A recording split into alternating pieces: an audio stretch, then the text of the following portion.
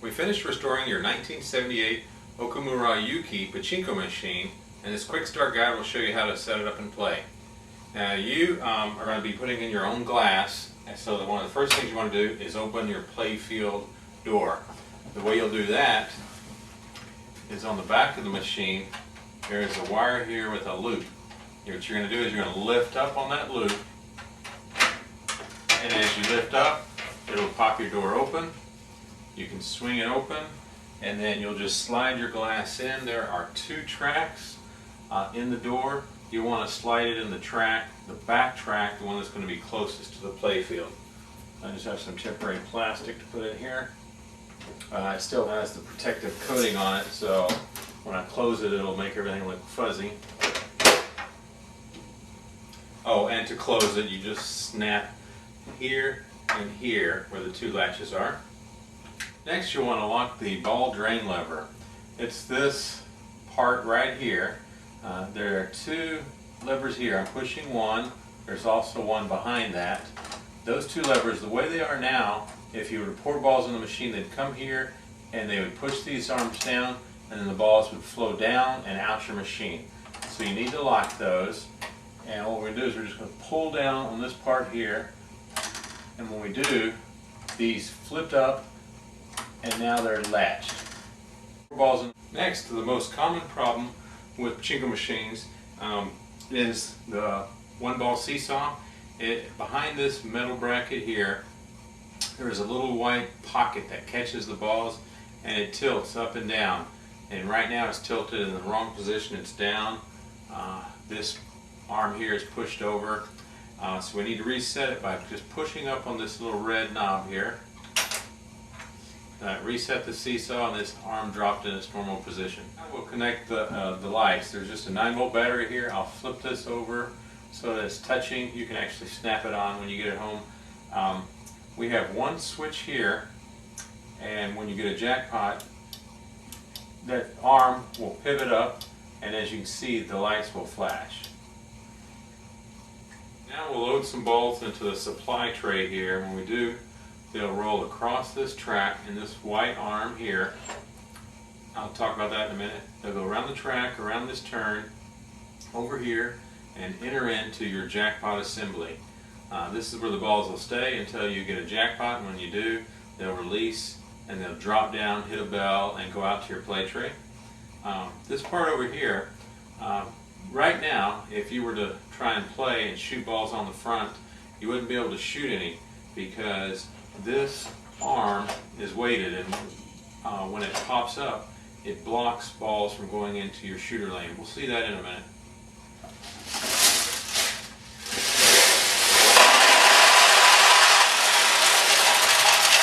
Now we'll put the bucket right here so it'll catch balls falling out of this chute and out of, I believe it's this chute right here. Now we'll load balls to the play tray. Now to play Pachinko, you're going to take your index finger, put it against this post here, finger rest bar. You'll take your thumb, put it on top of this chrome curved flipper, and then you'll pull it down, and then you'll slide your thumb off. And when you slide your thumb off, that chrome flipper will flip back up, and it'll launch a ball around this track. And what you want to get it to do is to drop down into the play field area. If you hit it too hard, there is a plastic swing right behind my finger, and the ball will hit that, and it'll either hit it and bounce back into the play field, or if you hit it hard enough, it'll knock it out of the way, and then the ball will go down what's called the foul lane and return to you. So you use a little skill with this game by how far you pull down on the flipper is how much power you have. And you want to try and get it to, and this is just a sticker here on that plexiglass, that's not on your machine. You want it to get it to run down these nails. It'll ping off the nails, hit the spinners, which will deflect the ball, redirect them. And then you have tulips, and you have pockets, and you have your main attraction, top pocket. You want it to get it to go into one of these areas. If you get it to go into any one of those areas, the same thing will happen. The jackpot will open, balls will fall down, hit a bell, the balls will come to this tray, and your lights will flash up here. And if you miss all those, it'll drop all the way down to the bottom and it'll exit through a hole here into your bucket and back. Now the first time you load the machine, your very first shot, nothing will happen because it's loading a ball into the shooter lane. Okay, nothing happened. Now we'll do it again.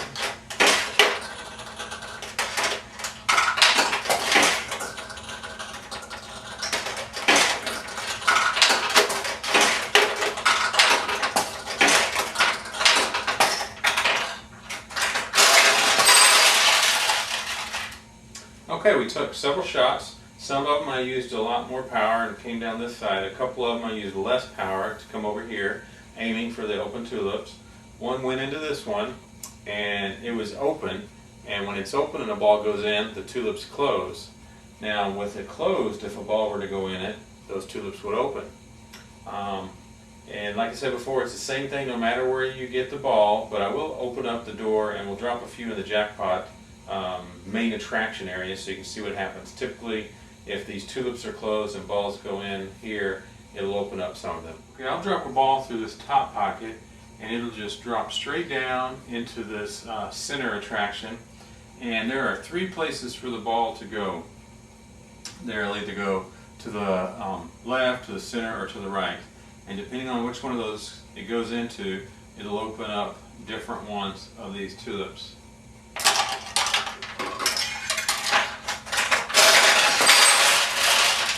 Okay, we saw those 2 open. Now I'm just going to drop one in with my hand through here. Let me close this one.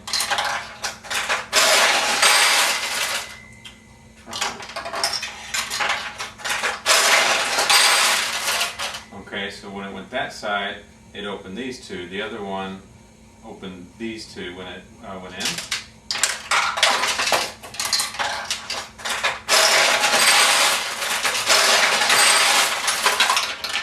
Now let me try and get one right in the middle.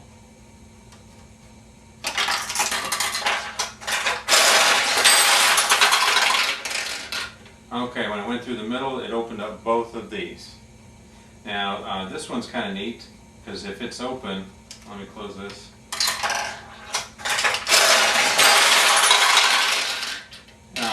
If you drop one in here, it'll fall through and open this one if it's closed.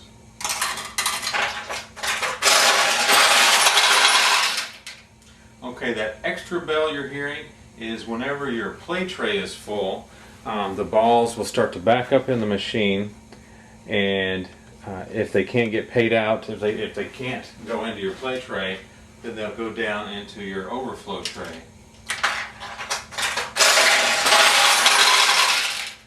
We've won a lot of jackpots. We've got a lot of balls here, and oh, this is a great time to talk about. So let's say, in fact, let me set it up. Okay, we've got a lot of jackpots, so they've all been paying out here. That top supply tray and back is empty. So now I've got a few balls in here. I'm going to shoot them out, and while I do it, I'll just show you what happens. If you don't pull down hard enough on the flipper, it'll just roll up here and it'll roll back down into your receiving tray. So that's one way to clear the balls out of there. So now, even though I have plenty of balls here, I thought I'd cleared them all out. Okay, now they're all out. So if you're ever playing and nothing's happening, that's an indication that you need to fill the supply tray and back. So the way you need to do that is get your bucket, scoop balls out of here, put them in that bucket, and then refill your supply tray. And to get the balls out of here into here, you're just going to push this lever over. You push over left, and when you do, they'll flow into here. And if they ever don't, there's a jam, either because the weight of the balls is so heavy that you're going to need to take your finger and kind of loosen the weight of the balls, or you may also have to flip the flipper while you're doing that to get them to flow. Got all the balls out of the front of the machine. To take them out of the back of the machine, and you want to take the balls out of the machine whenever you're not using it for an extended period of times, if you're going to be transporting it, laying down, etc., because you don't want to lay it down with balls in it, because then they'll go into places that they shouldn't in the machine. It's hard to get them out. you're going to want to do the ball release lever here. You're going to push down on it. When you do, the balls from here up to here will flow down into our bucket.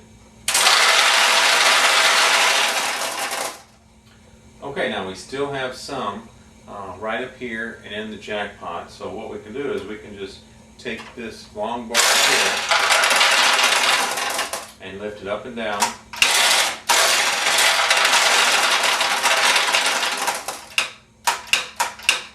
Okay, until all the balls are out. Now this should never be an issue for you, but I just want to show it to you while we're here.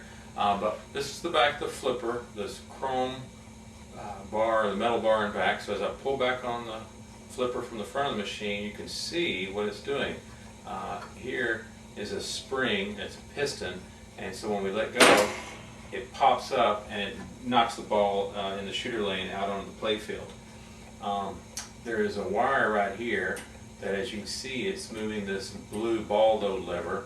It's part of the mechanism to load a ball into the shooter assembly.